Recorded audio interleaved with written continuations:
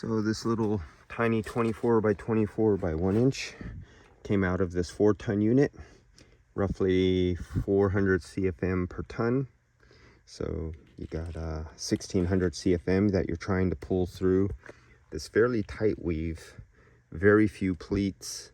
If you want to really suck down somebody's efficiency and sabotage their unit, you go ahead and put a 20 by 24 by 1 inch, one of these semi-high efficiency filters with very few pleats, and you'll do a good job of turning down the efficiency of a customer and deliver less CFM on a system like this. It wasn't the best installed, but it wasn't the worst.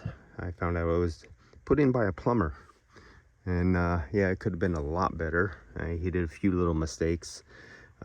This is the biggest mistake he made, was doing this. He made it himself. He cut this out and modified it, and it doesn't fit right, so it always gets destroyed.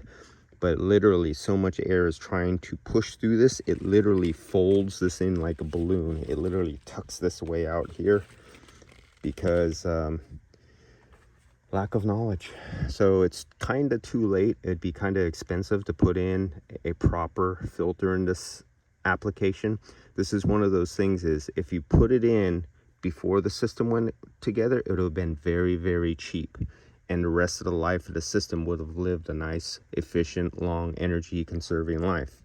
But when you do it wrong from the get-go, it's a lot more expensive for me to come in here and have to put in the correct like 4 or 5 inch deep pleated filter in here to make up for the shortcomings of this one.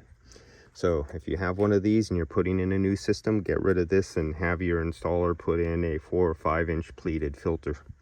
That's all.